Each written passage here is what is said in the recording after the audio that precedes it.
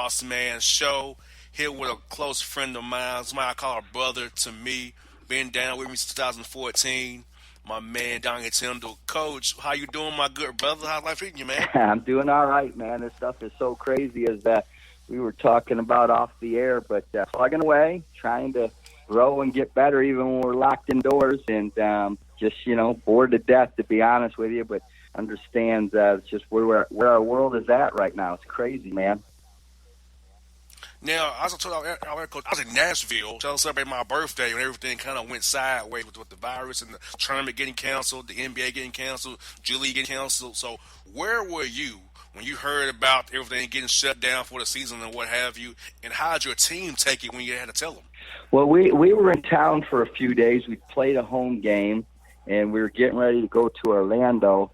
And a day or two before we were going to leave is when the Golden State situation took place, and then the Utah Jazz OKC game happened where they canceled the game right before the tip-off. And so that immediately threw up a lot of red flags around the league. And then once the NBA said we're going to, postpone things, put everything on hold for a while, the G League followed suit. So we were here in town and getting ready to leave for Orlando. Literally the next morning, I think we had like a noon flight. We were leaving our apartment complex at like 9:15, and we got the call the night before saying the trip's off. So we got together, met with the team, and explained the situation, and we were kind of in a holding pattern for about a week. And then they said, look, we still could resume this thing, but if guys want to go ahead and go home to their home base, be around their family, they can go ahead and leave. And so eventually, within the next couple of weeks, our entire team did exactly that. And I've stayed in constant contact with our players and kept them abreast as what's happening. And they still haven't officially canceled the G League season, so who knows? But it looks pretty bleak at this point. Yeah, and I can only imagine guys on your roster because you was having a great year. You guys that won the most games in Grand Rapids Drive history right now. Had your guys playing well, and so just knowing what you guys were kind of trying to accomplish this year, how well you had your guys playing, because your guys played hard for you. They maximized their talent for you. So how did it make you guys feel as a group, knowing that, hey, we had some things to accomplish here, was playing so well, representing Grand Rapids and the Drive and the Pistons, well, and the team had to love what you got doing there on the farm, per se, there. We were excited. We had a very, very unselfish team, which isn't always the case at this level. As you know, boss man, it's hard to get 10, 12 G League players to buy into the team concept because everybody on your roster is trying to play well and get a call up or improve their stats or their ranking or their stature in regard to maybe going to Europe the following year and get a better paying position. So it's hard to get guys to really buy into the team concept, but our team did. We were unselfish. We led the league in assist percentage. So that talks about how we valued the ball, how we shared the ball, how we made extra passes. I was very, very proud of that.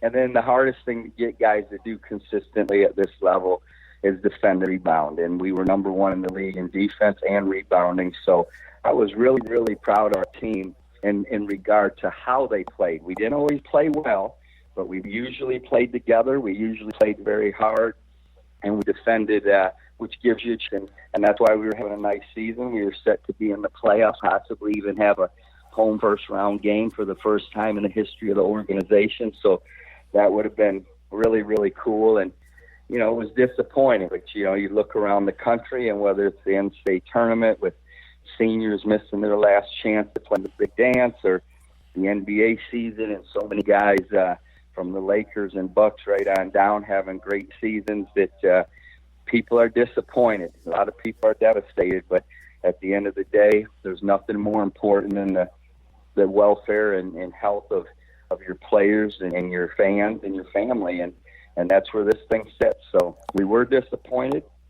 I feel like the Pistons front office was excited about the development of some of our younger guys. Sekou he did a nice job in his time with us, and Dante Hall made good improvements. So that's the most important thing, that those young guys were getting better, playing the right way, and felt like we did that.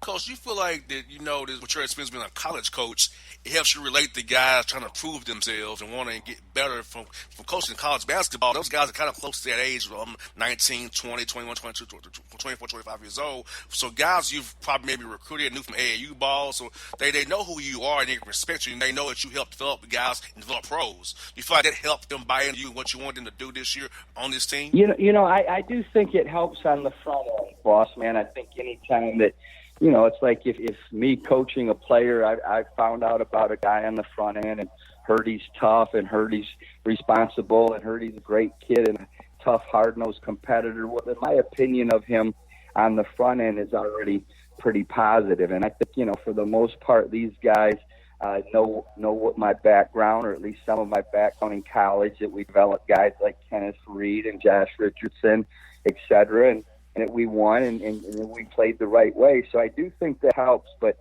what's really unique about pro basketball is as a coach, you can learn as much or more from the players than you would from a game and competition, or maybe even another coach or even your staff. These guys that play pro basketball, Jay, are really, really, really basketball savvy. And if you don't know what you're talking about, you can have a reputation as this, that, or the other on the front end. But if they don't think you know what you're talking about, or they don't think you're telling them the right stuff to make them better, they will tune you out and you will lose your team quick. And so I think the biggest thing is, they probably knew about me on the front end or had heard, but until they got there and really understood how hard we push guys and how much extra time we're willing to spend with them off the floor, watching tape in the gym, all the things that people don't know about or see on the TV on game night, those are things you need to do, and those are things we did. And I think that probably earned the respect of myself and our staff more than anything, that they really bought in and felt like we were doing everything we could to develop them and help them grow as players.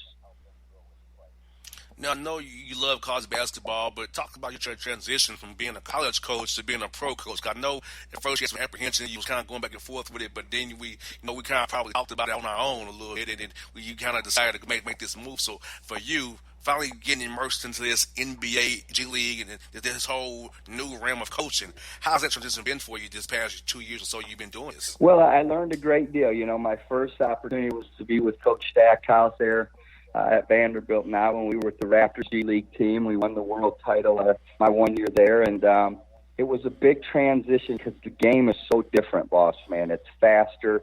There's way more possessions. The rules are different. There's just so many more decisions and quicker decisions you have to make at coaching the pro game.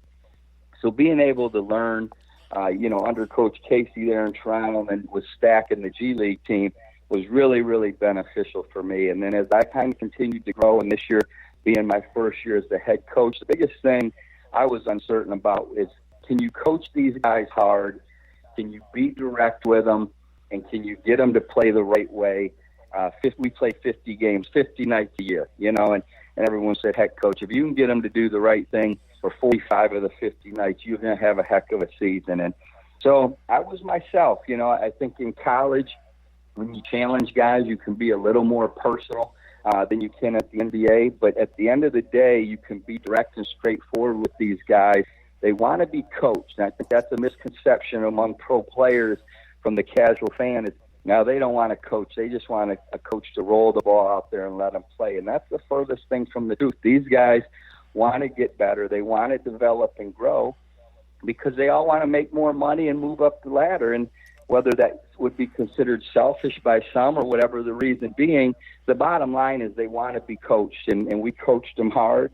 We were on their tail and challenged them every single day on the practice floor and in the film room. And right to the very end. And so that was the biggest thing for me as a head coach was, what is I going to be able to challenge these guys and be direct with them like I had always been at the college level. And again, give my guys credit, had a great staff, had a great group of young men. They bought in, they allowed us to coach them the right way. And I think every guy on our team to a man would tell you that they improved and got better this season under us.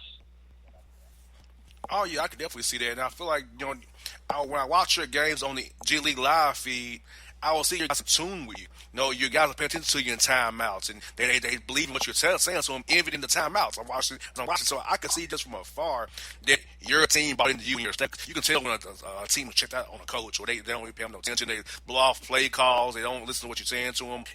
Just doing free throws. So I could tell your team really bought into you and your staff, coach. Well, I appreciate you saying that. I think, again, you're not going to lead the team in defense. You're not going to lead the league in assist percentage. Two things that, in my mind, are saying and showing that you're really playing the right way if guys aren't bought in and in tune.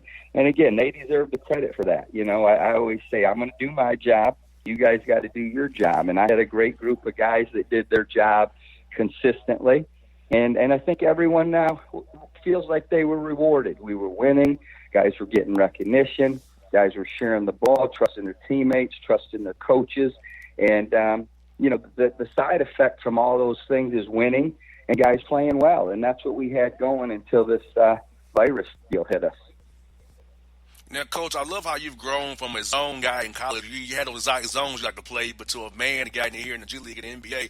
I love how you've adapted your schemes to that, man. So how's that been for you, knowing what you prefer to play in college now to now as you've been more of an NBA playing that man and having to decide to maybe drop a guy in the post there, go over screens or switch everything. So how's those schemes been for you, picking those up from where you used to be in college there?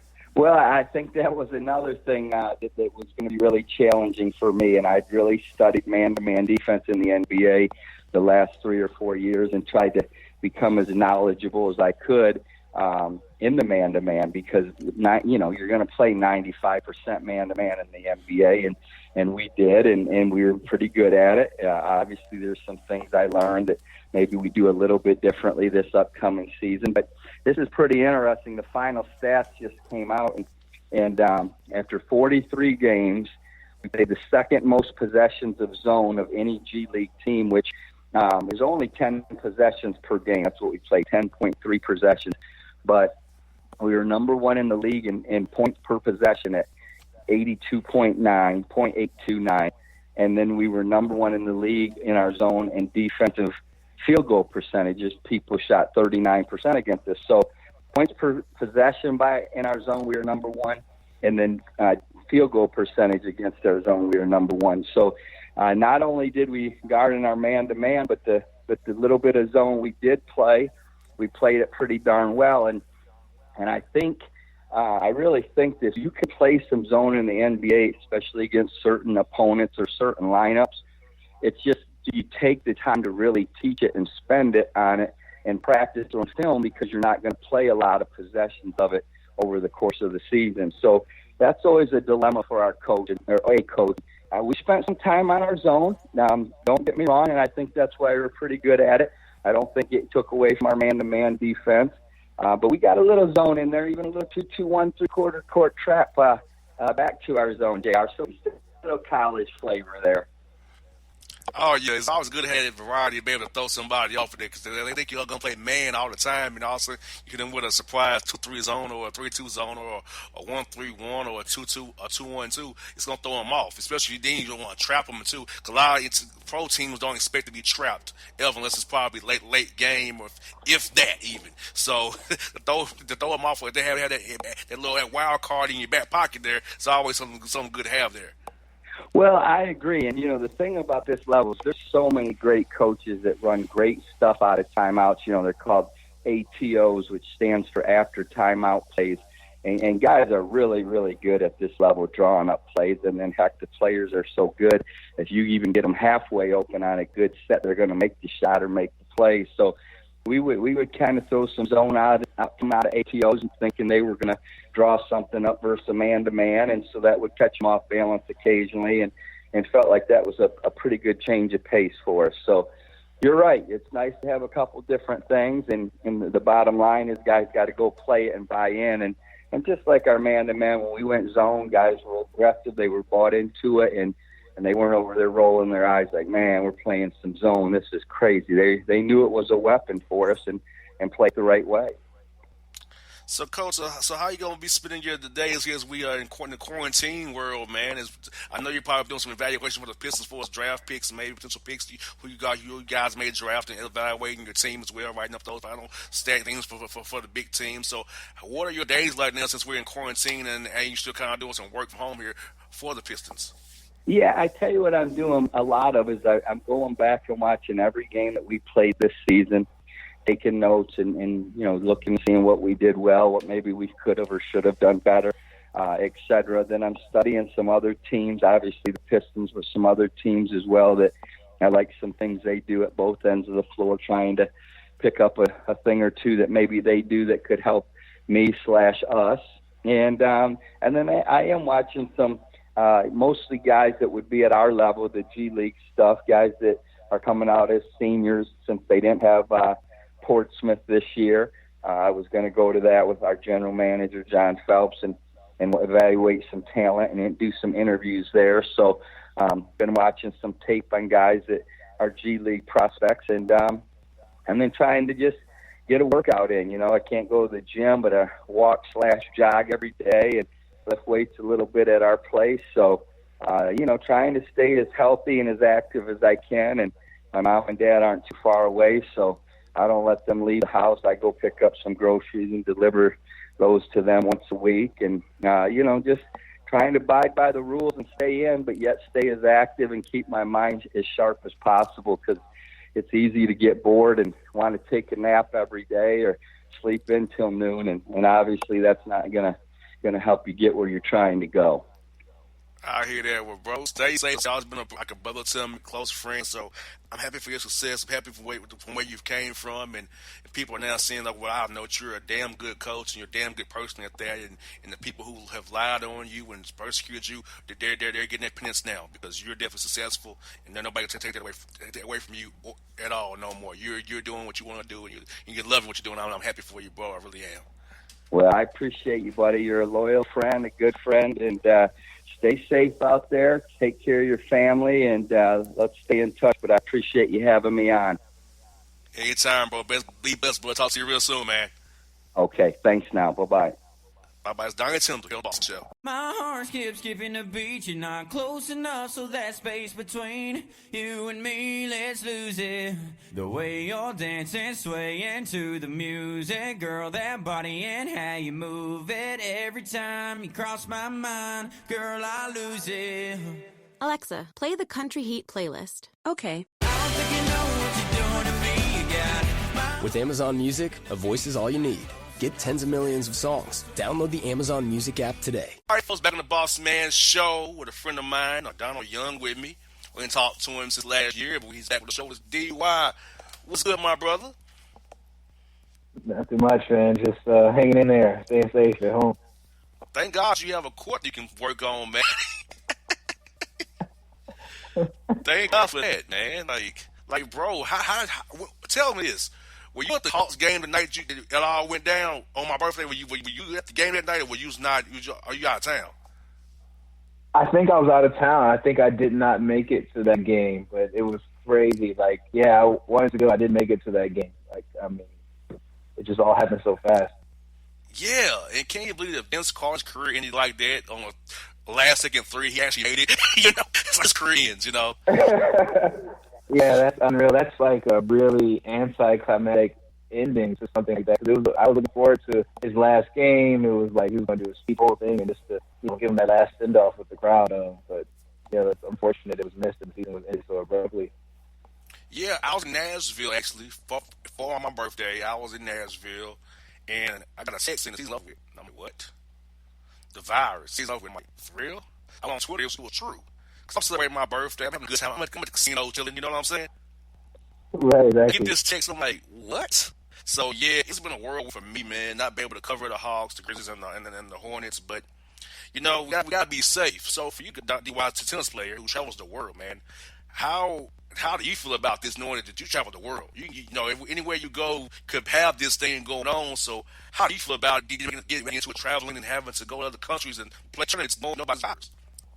Yeah, our sport faces a different dynamic and more of a challenge than sports that are domestic based, because it's worldwide and you have to travel to get there, and players need visas and have to come by the countries, and you have all these people coming from all these different places with the travel restrictions and the countries and the people with the virus, and you having to be quarantined 14 days to to know if you have it or not, or if you do have it to let the symptoms subside. It's really tough for us in general, to people and willing to travel around the world so comfortably before this all. I just don't see how it's going to, in the near future, change that quick for everyone to have a fair opportunity to play all the tournaments in all these different continents and places.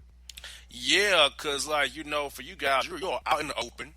Fans are close to you on changeovers. Some places are, at least. And, they say you can go from 6 to 13 feet forwards and call for the air droplets. So, in the tennis balls with the ball kids and ball girls, I mean, it's just so many variables in your sport, man, that out of your control. I don't see how it can be done safely anytime soon. At least not until 2021 at minimum. Yeah. Hey, I agree. I just don't see how that could even play. I mean, you could play with no fans, but then that takes the atmosphere. But that part's fine. But then you have to play with no ball kids, which is another reason even more, because then you have an umpire or umpires in plural that have to be out there, and that's at least at the highest level 7 of those. Yeah, it's just very, very close, and I just don't see how that's possible. And then you have at any given tournament 100 players and a locker room that's very tight quarters. Like, again, it's just a tough scenario. Yeah, because you can't really distance in a locker room. That's why I know with the Hawks, you have 17 guys in a kind of a small space, and that scares me. Come back to work, having asthma, for me at least, having asthma. You know what I'm saying? So just think, for you guys having 100 guys and trying to slam into the BBC Atlanta Open locker room or at the 12 Hotel or wherever you want to do, riding the cart together. That's not something I want to do. No, I ain't happy. Right, exactly. Yes, 100% is not social distance, the proper protocol. So with gyms kind of closed right now, so how have you been trying to stay in shape and work out and not lose rhythm you already built up from your time in November, December to now? So how do you kind of stay in that rhythm now, knowing that you really can't go to a gym per se, and you can't really get nobody hit with you? So how's that been for you?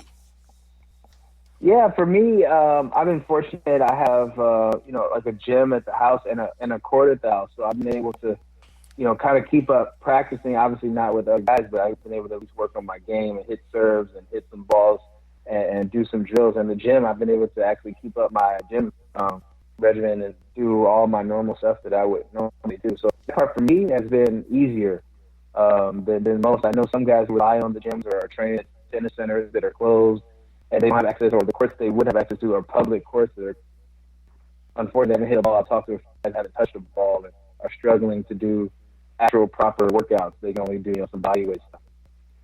Well, for me, haven't played football. For me, it's basketball. Racket sport, tennis or golf or badminton. You have to really use it or you lose it almost. So for you, if you had to pick a racket and say months or Sunday, how long does it take you to get back in your rhythm to actually hitting balls clean again?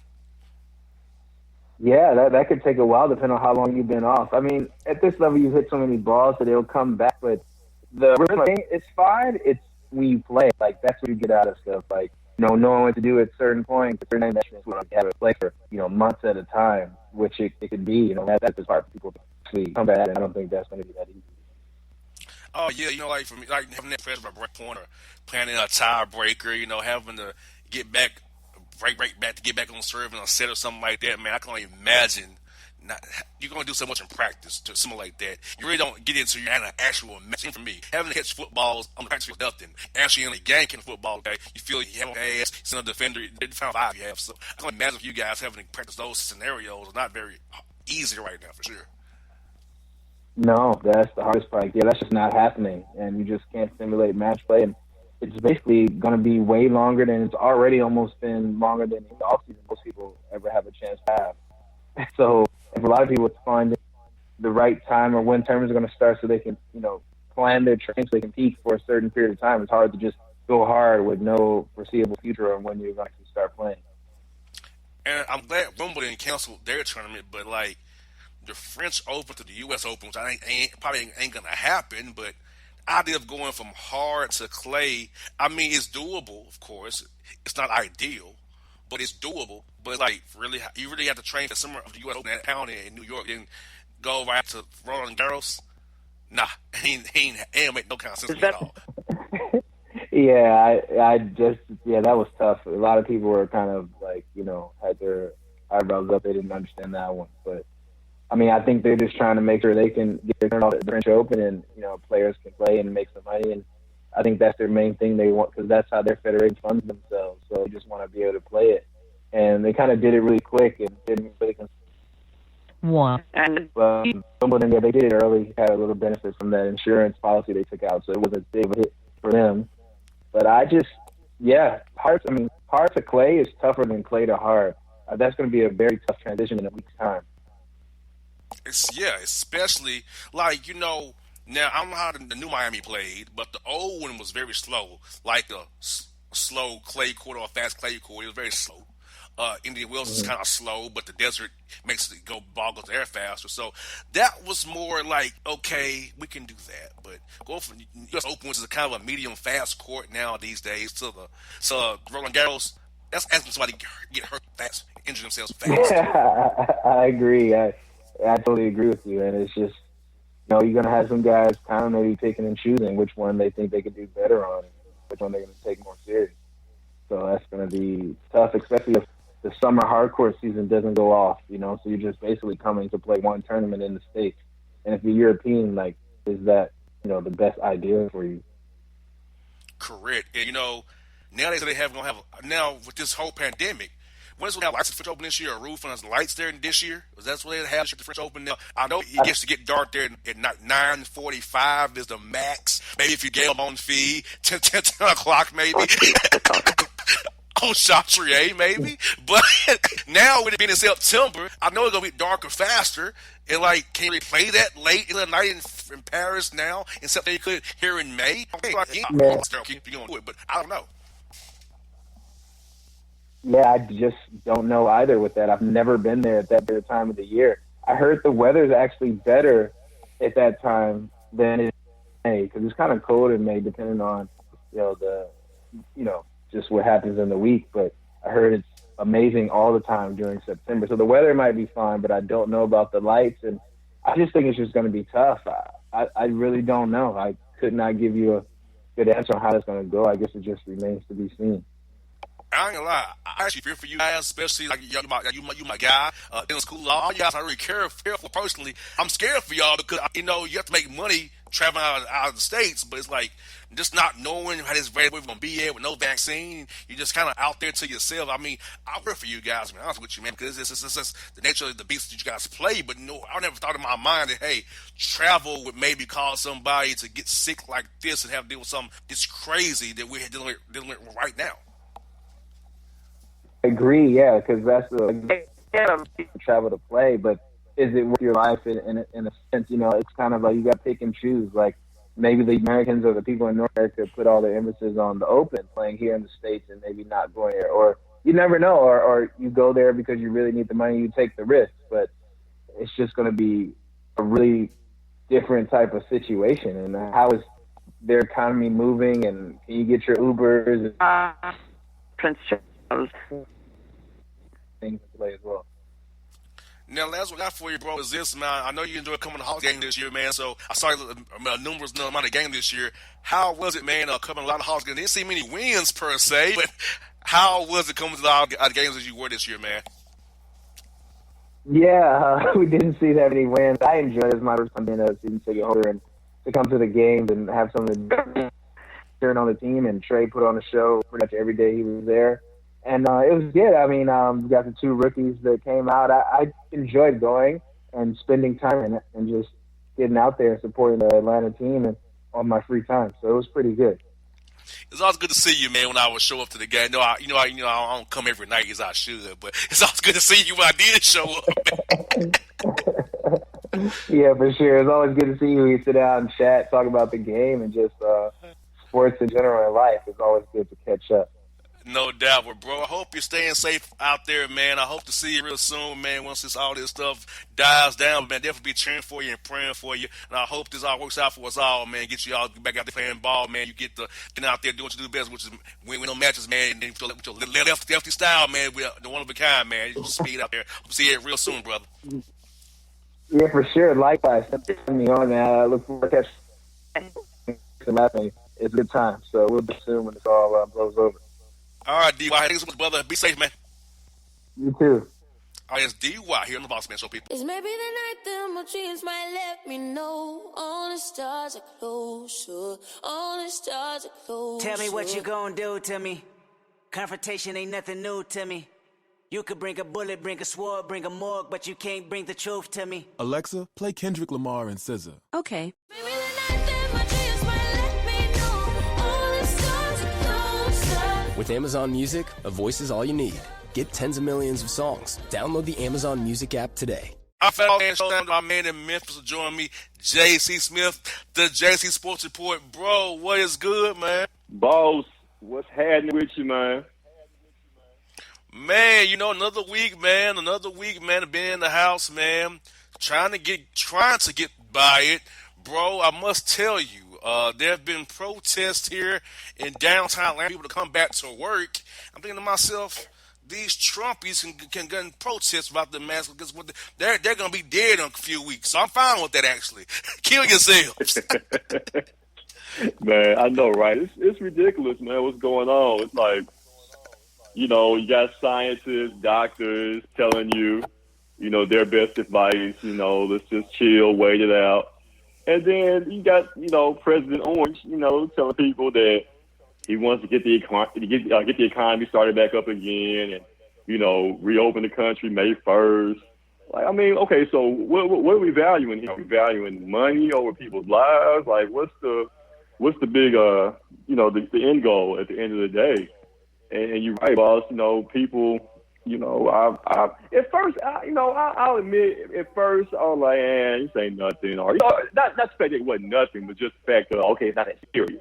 But then when you see the numbers rise and everybody, coming down with the virus, man, and the way things are just shut down, at a certain point in time, okay, oh wow, this is something. This is serious, man. So you take heed, you take precaution, do what you can. But man, it's just like. Some people just won't get it until, it hits your front doorstep, until it hits home. And, that's what I think, has to happen for a lot of these people the ones that are protesting right now. And Trump is an idiot on Twitter talking about liberating states. You know what I'm saying? Like, it's some wild times that we're living in, man. We're going to look back on these times when we get older, much older. We're like, man, we really went through this, man. Like, we really had an idiot in office that was basically had divided the country for several years, man. So, it's a sign of the times that we're living in, man. Yeah, I said, I'm actually fine with them protests because it means they'll die. Hey, you next in fleet, I'm okay actually. If you want to die, go out here and die because, bro, this was in Florida and in Georgia where they say if you open up the government again, the economy, you're going to make us rich. Just ask some funeral directors. Wow. You're going to make us rich. Wow. They say this to Brian Kemp and Ron DeSantis here in Georgia and in Florida. If it was the government again, you're going to make us really, really rich. There it is, man. There it is. It's crazy. Even they know. They know what's coming. And it's not Florida. It's funny. The beaches are open in Florida, but the schools are closed. What's that make? Hey, man. Hey, in Florida, like, back in the day when you did the ball courts on Florida, man, all the different Florida stories, what do you expect? Like, Florida is going to do what Florida does. Hey, that's who they are, man. They always going to do stuff that makes people harm, danger. That's just what Florida, that's what they do, man. Yes, indeed. And so, bro, the NFL draft is this week. With the draft coming up here, what storylines you keep your eye on, man? Man, definitely, man. Plus, the world Heisman Trophy winner at LSU, national champion, of course. He'll go number one as expected to the Bengals. But after that, man, like, I'm very curious how to do it. They go early, or somebody try to trade up to get him, or do they just fit up his medicals? And does he fall? Late in the first round. Like, it's a Tua is going to pretty much. Tua is where you're going to pretty much see, anything can happen in the draft there. He can go. I think he can go with as high as 3 or possibly as low as, somewhere, 15 the first round. It's real interesting where he can slide in the first round with Tua. But we definitely see what the Cowboys are going to do. I think they'll go defensive back, secondary, but C.J. Henderson from Florida. That's who a lot of people have picked for the Cowboys to take in their mock drafts. So, we'll see what the Cowboys do. Now, I know it's going to be a defensive player, whatever that first pick they got going, either end or quarterback, man. So it's a lot, to be putting out there, right? Yes, indeed. And also this draft is gonna be a question because they couldn't have like the pro days and all the meetings with them on the field, so pretty much drafting blind almost. Right. And I think that's gonna make for really see who's really a good evaluator and who's not a good evaluator. No doubt. Like you said, first draft. Basically, they're playing fantasy football. They have a fantasy football draft. Yes. At this point, everything going on, man. So. Like I said, basically, just going off of what your scouts see, and I'm not going to see you guys go out or anything like that. So, yeah, man, it's totally a different year, different draft, man. And like I said, I'm going to be seeing all these stuff that, how you guys run. Yes, indeed. Against quarterback go ahead. Also we heard news as a market. Who's like the hot topic in LSU that want to get in all-season stuff off since so Jacksonville trying to clean house now. At $4.1 million, what team do you think should really be interested in signing for the trail backfield? I'm still in for Ned, man. He's a big, strong, powerful, fast running back. I'm still a fan of him, man. I think he got some good years left, some good trail on those tires, man. He's had some injury issues in the past. I think a good team where he'd be a good fit just to come in, man. I think, if what's his name was Houston, Bill Ryan, man, I think for Ned would be a great piece, running back, man. Or in Texas, I think he needs to go somewhere where it could be a 1-2 punch, like a lightning thunder type of thing, man. Like how dangerous the Saints be if they can only kind of duplicate what they had a couple years ago with Mark Ingram and what's my man's name? It's escaping right now. Reggie Bush, Kamara. Thank you, Kamara and once I thunder they had years ago. Man, put them on the Saints, something like that. That'd be a here for man. But like I said, he had a couple good years left in him, man. I think he go to the team. They can definitely find use for him, man. Because he's the guy. He can play. Jacksonville is a tough franchise, tough team to play for. No, man. But I think Fournette still got some good trail on the tires, man. Especially Jacksonville ain't up but South Georgia extended. That's all it is.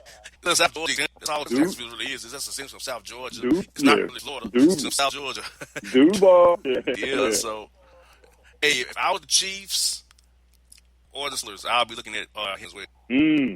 Because Damian Williams only had 400 yards left in the regular season. So, if you throw Fournette with that running game, because I'm thinking about this, if you have Patrick Mahomes and those weapons out on the outside, this running lane's open. You know what I'm saying? Right. For somebody to run through there. Right. So if you upgrade that position for Kansas City, man, Kirk right there. Yeah. You're right about that, man. That'd be a good look. That'd be a very good look. Also, we got rumors of an Odell trade, potentially. Now, you know how sensitive Odell Beckham is. In Cleveland, dabbling around with the Vikings, potentially, maybe. What is it that what is it that about Odell Beckham you want to trade him so fast? But what are your thoughts on Beckham's attitude going to be, knowing else and rumors about him potentially, and how do the Browns make this up to him and if they keep him, how they keep him on task, knowing that hey, we did kind of looking to maybe seeing we can get rid of you. Poor Odell, he just can't get him. And I never let him going to Cleveland. I never thought that would be a good fit. Baker Mayfield is good, but he's going to be just a downfield thrower like that.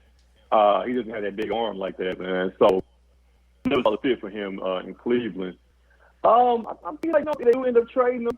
What about a team like the 49ers, man? Getting Odell and using him as a threat. They did lose Emmanuel Sanders, and the 49ers need a true number one receiving threat. I think that'd be a great destination to look for a trade, man. Also, going to be a good spot for Jameis Winston, too, to learn how to be a quarterback for New England. But, because, Kyle Shanahan is a robot. That's why Matt Ryan couldn't audible in the Super Bowl. Right. Because Shanahan calls the play. You can't change it. Right. Exactly, man. So that's why Matt Ryan, people say, why did Matt Ryan audible out of pass play? Kyle Shanahan called in his offense. You can't audible. It's whatever he calls. So, no matter how bad steady the look is, you can't change it. Listen to me, of course. There So it if is. Jameis Winston learns how to go to hands, learn how to be a quarterback Mm-hmm. and rehabilitate himself, maybe he pushes out. If he Right. gets his mind right. Mm. That'd be something right there if that happens. So yeah, I'm just looking at it right there now, bruh. Have a little fun with the people, man. Bruh, things that brothers can't do during the quarantine. One thing is get your hair cut. Well, all right. Brothers Okay. are looking messed up right now. All right. All right. I stand accused, boss. I'm guilty, man. I have had my hair cut several times during this pandemic, man. I'm sorry.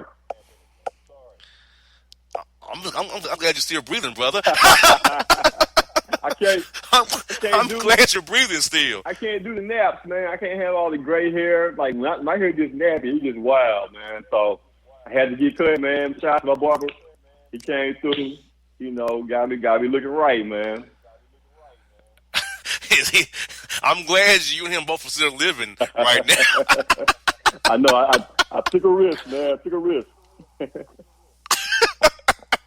Now, I will say, I found this nice little tool on Amazon that I use to cut my hair with. Now, I've never cut my hair in my life, but I'm just going with a ball. I went with I just balled my hair out. I just used it. It worked. And I had to buy another one because I burnt it out trying to cut my hair the first time. So it's going to be my little tool to keep my head kind of looking okay, Right. because I slick messed up a portion of my hairline, but whatever. Right. I just had to. Shit, it's a little bit until it's calmed down. I'm gonna be going to the skin look like I can get some guys.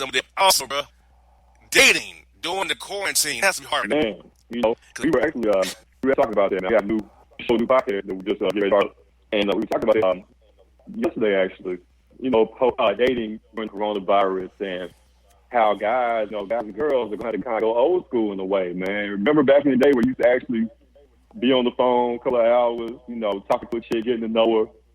Like, that's what's going on now. Like, that's a whole conversation now. Now, chick, anything like that. You really got, like talking to them now. So, there's actually been some good benefits of the shutdown and the pandemic and us staying at home. There's some benefits, man. I think that's one of them. I think getting back to the days of courting and, getting to know chick, man, like you used to do back in the day. But there's also this piece, bro. Mm-hmm. You want to go smash, do you do it or not? Hey, man. That's the one you got to think about. Hey, man, look.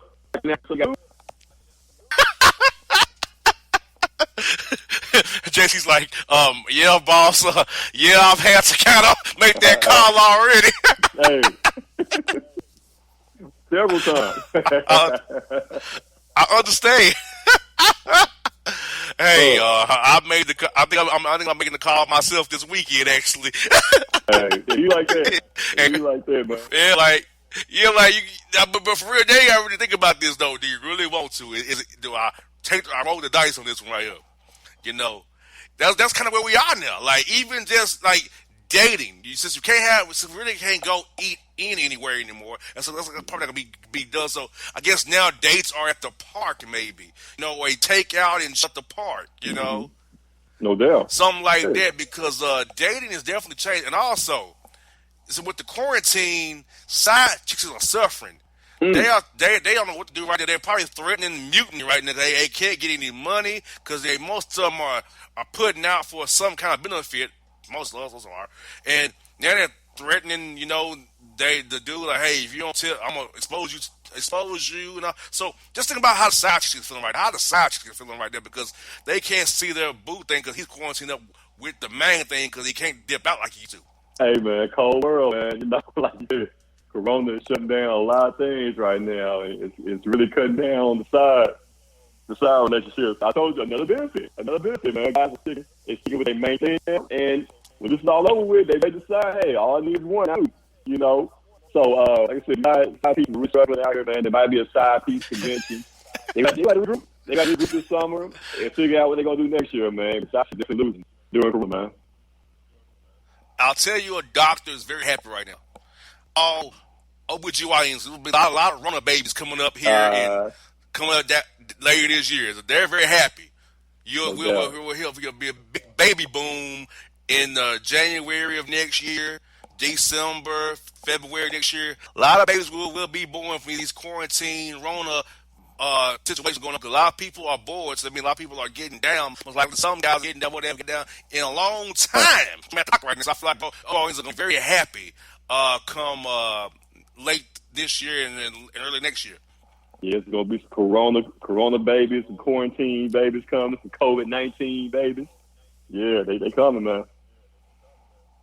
So yeah, bro. So before we go, but tell everybody about the new podcast, where you can hear that, and what you guys are gonna be discussing on a weekly basis with you guys, man. Man, I appreciate that, boss. Yeah, definitely, man. The podcast is called Essential as Fuck Podcast Show, hosted by yours truly, JC, man. I got some crazy folks that's helping me out, man. My co-host, my girl Stacy, my boy Brandon, and my guy Lee Johnson, man. We coming together, and we're gonna pretty much have a variety of topics, man. We're gonna talk about a little bit of this, a little bit of that, sports, politics, music.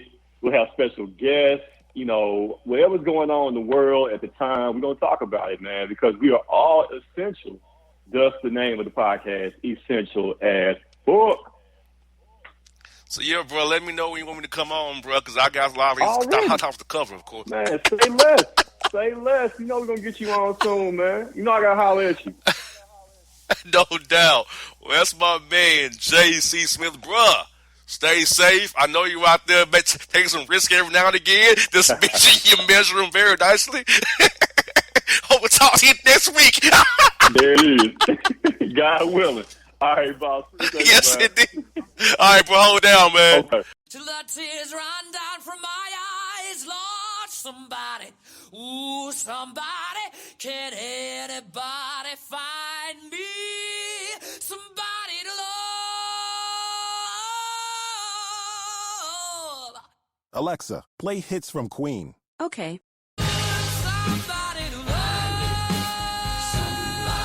With Amazon Music, a voice is all you need. Get tens of millions of songs. Download the Amazon Music app today. All right, folks, back on the Bossman Show. Time for your weekly installment of the craziness in Florida. And so I got my man with me, Bone. Bone, what is good, my good brother? How is life treating you in the quarantine zone up there in the Tri-State area, man? Oh, I'm good, man. Good to be on. Like I said, the quarantine life is for me. I'm in my basement every day, chilling, safe and sound. Family is good, so let's get it. No doubt. Well, folks, you've been waiting on it. It's time for it. It's here. It's the Boss Report. First story bonus is Florida man allegedly drops his pants inside TJ Maxx. My question is, why are they still open? Yeah, he went to the Max. Like, what's he doing? Right? Yeah, first of all, why is it open? And then second of all, it's like, man, like, what? Is there nothing better right now in your life right now that's going on that you can't be, like, home chilling, but you just like TJ Maxx shopping trial? Yeah, like, come on. Like, come on. Like, oh, God help us. Help us. We got this Florida man arrested after he had to rock bottoming a customer in Dollar General for looking at his girl's booty. And was it in a certain store? Dollar General, yeah. Dollar General. Dollar General. All right, Dollar General is a good thing. So he rock bottomed some girl? No, a guy was looking at his girl's booty in Dollar General. Ah, okay. So you got rock bottom. Well, I would say, I mean, the fact that, you know, we have a rock bottom so early in the segment is good news for us going forward. Usually we have Gores or Stone Cold Stunner is late. To have a rock bottom so early in the segment, that's promising. Very much so, and you know, it's just mighty. It's a theme we're gonna have here today, because we all know a Florida been arrested for hitting a patron with a bat in Walmart standing his woman's booty in the milk crate. Right? It's not a milk crate, Florida paper. It's the milk. No, not the crate. I don't know what it's called. It ain't a crate. It's like the freezer, not the crate. Or whatever. We got a man hit him with he went and got a bat for sporting goods. Hit him with it for against girl's booty at the milk shelf. All for a look, not even a grab or a touch. A look. That When he seems a got a little bat for excessive. sporting goods and knocked him out. That seems a little excessive. I mean, it's not respectful to ogle at the booty, but I mean, he's just looking. Maybe eyes. He's just looking. But I mean, it wasn't groping or fondling. I mean, just for a look. I mean, homie should be proud that he has a woman so fine. The other dudes are just ogling over her, but to whip him with a bat over a look is a little excessive. Oh yeah, got this. Florida man loads arrest for throwing quickcrete at customers who refused to wear a mask. He's throwing what? Quickcrete. Quickcrete. A 60-pound bag of it at customers for not wearing a mask in Lowe's. Oof. He must be strong, first of all. He's throwing pound bags like it's nothing. But damn it, there's a good workout. So he's throwing 60-pound bags at people. That dude's got some country strength, huh? Very much so. Very much so. I'm like, dude, you're tripping, dog.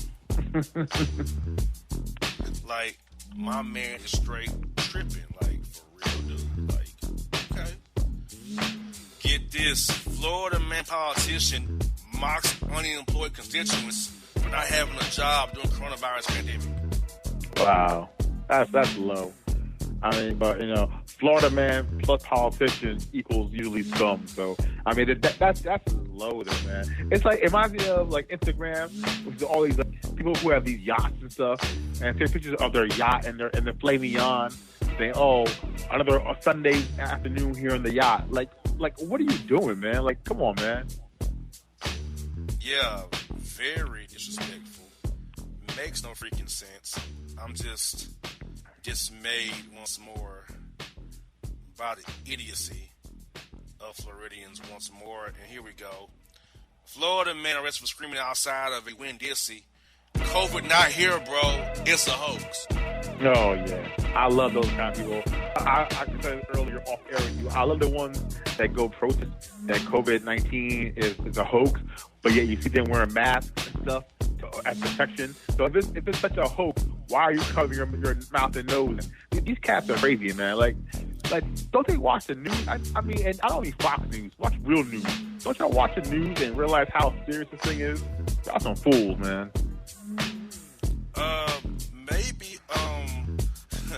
Maybe it's like, they trust a certain idiot, Yeah, and that's why I said don't watch Fox News, aka BS Mountain. Don't watch them because they'll lead you astray. They'll get you killed. Yes, they will.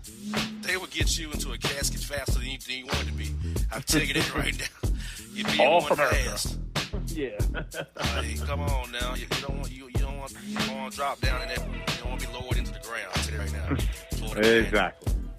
I'll get this. Florida man blows a .339 blood alcohol level and gets DUI on a golf course with naked, whacking off his Johnson saying, quote, I need to see Jenna Jameson right now.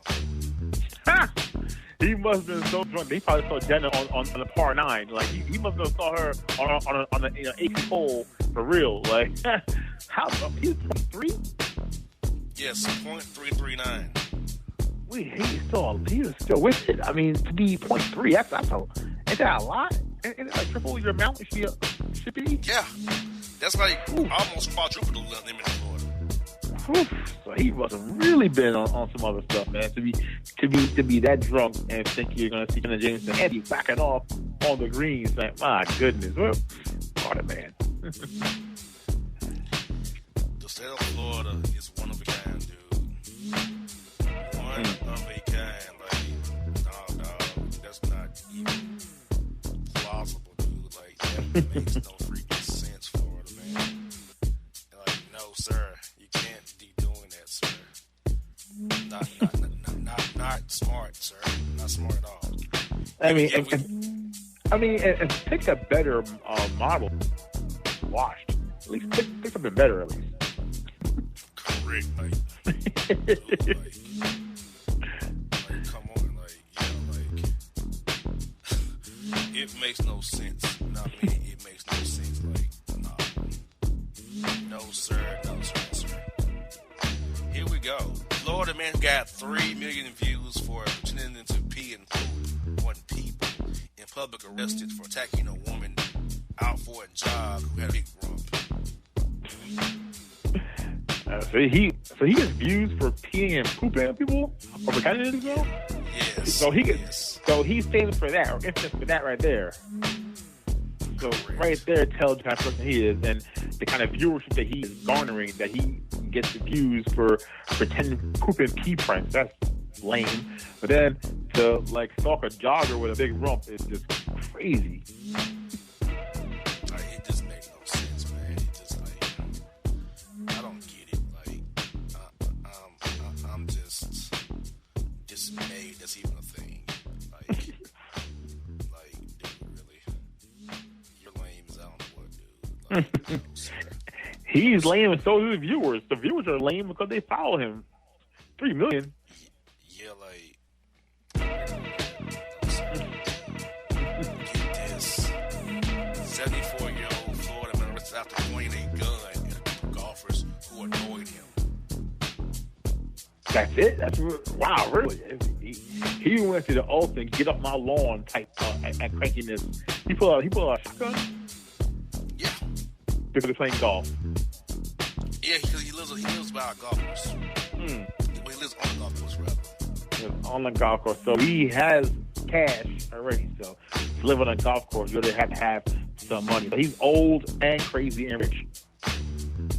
Correct. So that fitted me like a elder Florida man, I guess. But the shotgun, woo, that boy came with the heat. Yeah, like he's definitely wilding for real. Like for real wilding.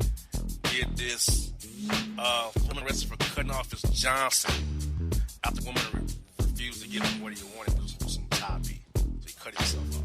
Oh yeah, that'll do it. So maybe just hand it to her instead of a gift. Like, what's the point of that? Why if you want the toppy, you might need to hold on to that instrument. Why are you cutting it off?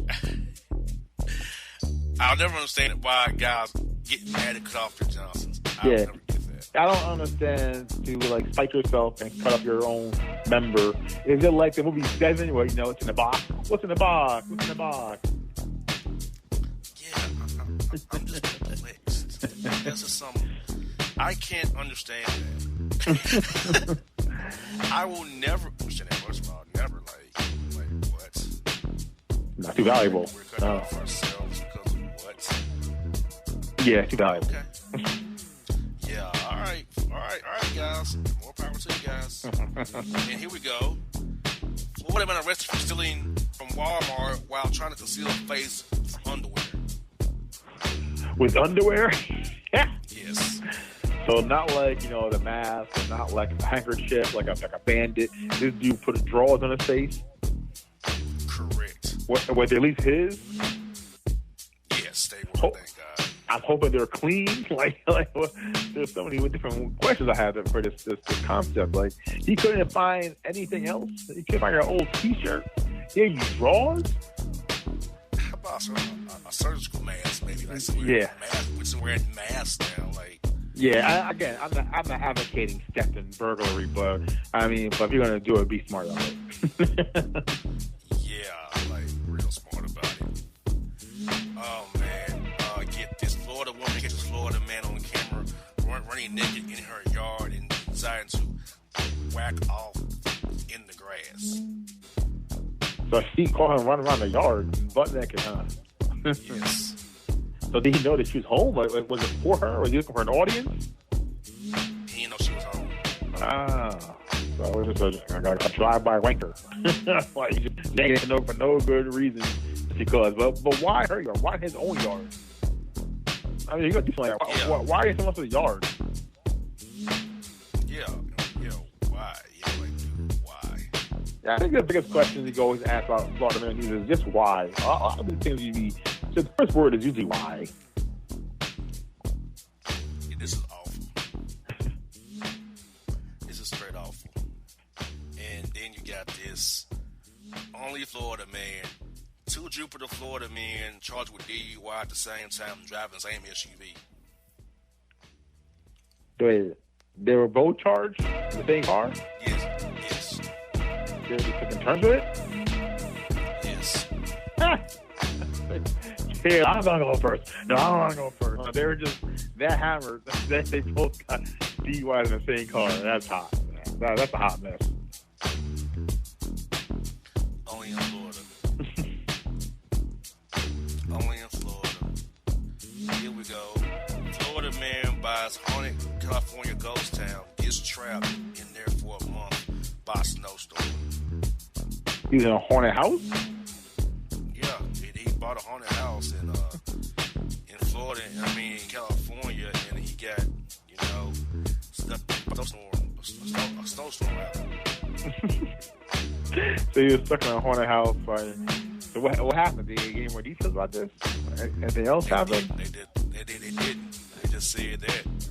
It left it dead. He was stuck in a house.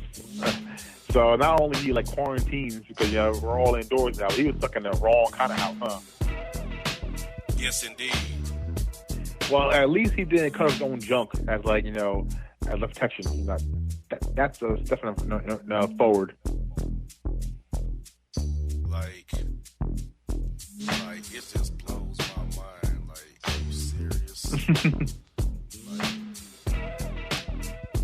Blows my freaking mind. Only in Florida. Here we go. The stupid governor of Florida reopens the beaches during global pandemic and quarantine because he said he wants to give people time to enjoy themselves. Yeah. Go out there, people, and spread that COVID. Keep going out there and keep spreading it, keeping us indoors longer than we want to be. That's really smart. Florida government is ahead of the curve that they're going to let people go out there and make the curve even bigger now. That's smart. That's Florida. And Florida's dumb governor also made the WWE an essential business. Yeah, I saw that. Let's listen to the backdrop of all this. When Presidento went out there and he held a conference call with all the major pro sports commissioners, he did have Vincent K. McMahon on that call. So right there, the Florida man where Vince's base is held at. This guy was like, man, Vince is a friend of Trumpito. He must be a friend of mine. I must look out for these guys and make sure that business is still booming for WWE. And let's open up the doors for these wrestlers to continue to wrestle and sweat on each other and breathe on each other in close quarters. That's so smart. Yeah, and that's why I don't really watch it anymore. Once I found out that Vince was aligned with Trumpito, I quit watching it. Yeah, well, remember, Trump had Linda McMahon on his cabinet, too. So that they're all intertwined very nicely there. Florida, Trumpito, Vince. It's one big, nasty triangle. That's why I was happy XFL failed, I'm going to say. Vince lost. Vince McMahon. No chance in hell. That's what you got. But now it's I can't stand him anymore. Everything that guy touches dies. So yes, if she was lying with him, I cannot stand you anymore. This just figures that somewhere in Florida, the state of Florida, they make pro wrestling an essential commodity that you must have it open. Only Florida. Yeah. Get this. Florida man jailed after cutting off his Johnson at the convenience store and they wouldn't give him any Red Bull. Well, I want to know, the fact that he cut off his Johnson, why they get arrested for that? He only harmed himself. So why are they arresting for that? Indecent exposure is the charge. Good point. Yeah, it is disturbing. But now this cat is going to go to jail with no Johnson on him, no member on him, locked up with some pent-up, frustrated dudes. God bless him. Good luck to him. Yes. Get this. Florida man passes out drunk doing a live stream drag performance, raises $100 for his own GoFundMe charity. He passed out while doing the dance? Yes, using drag, which this video was sitting out deleting fast.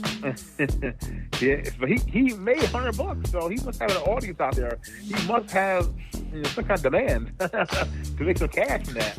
Yeah. Not the man I want. That's what I want to see. Oh my goodness. You got this. Florida woman withdrawing part of coronavirus stimulus money finds $8.5 million bank account is arrested for spending the money on her own. So it was an error, right? They deposited too much money in her account? Yeah, she spent the money that she got arrested for. And don't these fools know that eventually you'll get caught? Like, the government does not play around, man. The government will find you. Especially when you owe government money, they will come for you. You can't spend what you don't have. Now, I heard a story about that also. Another dude got like $8 million, whatever, and then he called them right away to here, take it back. Because he was smart enough to know that you can't be taking government money and not expect consequences. Got the right, so these jokers right here screwed themselves once more. I mean, they're screwed themselves. So here we go. Florida man jailed twice in 1 week for impersonating an officer. Twice in a week? Yeah. He got caught the same act twice in a week? Yep. So the first time didn't get through. So the second time, finally, hopefully, it gets message through to him, huh? What was the purpose of this? Or was he trying to like jack cars or trying to get with ladies? What was the purpose of trying to impersonate an officer?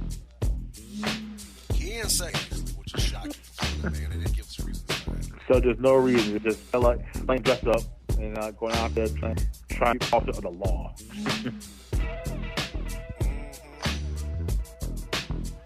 Yes, indeed. And get this. Florida man angry about shoppers not wearing masks, threatens mass shooting in Publix. He was shooting? Yeah, he threatened a mass shooting because they weren't wearing masks in Publix. Yeah. The first guy who was threatened because of no mask wearing, he threw like concrete bags. And that's kind of funny, I guess, in a way. But you can't be going out there threatening a mass shooting, man. That is nuts. Got that right. And you know, this is even crazier. Morbidly obese Florida man sues restaurants for making them fat. Yeah, I love those stories. I love when they do that. When they sue McDonald's because they ate too many Big Macs. Like, fool, we didn't hold you down, put a funnel in your mouth, and shove the food down your throat, man. Just, like, if you want to do push-ups, try pushing away from the table. Damn right. That's a crazy lawsuit. It should be thrown out immediately. Laugh at it. Florida man lawyers had to be reminded to wear shirts during virtual court appearances from their homes. Yes, I heard about this. I heard that they're actually lawyers. Some lawyers are actually in their bed still, the nightgowns. Some people are just lounging around. I mean, it is a comfy luxury to work from home now these days, where you don't have to wear pants sometimes because you're doing the Zoom from your waist up. But you got to be dressed at least a little bit, man. Come on, man. The final one we got is this: Florida man arrested after beating cellmate who asked for a courtesy flush to help the smell in their cell. So they got beaten, huh? Yeah. You know what? I'm going to side with the aggressor for once. If you're in that 6x8, man, and that courtesy flush ain't happening, that smell swells up quickly, man, into the small, fine area. You know, I'm not gonna advocate a beat down, but I understand. Yeah, it's pretty awful. Pretty awful. So, Bone, what is your take on this week's Most Report from Florida? Well, I could last one because I understand if you don't have a curtain flush and such a small closet-like space, you gotta get snacked up a little bit. But I also like how we left off with the rock bottom off the bat. The rock bottom sets tone for everything. Rock bottoms are always funny. Anytime someone does a WWE move in real life for someone, it's always a good start. It seems like it happens in Florida all the time in Florida. Like, that's what they do. Yeah, like, I'm waiting to hear you say Florida man gave a cross face or figure four.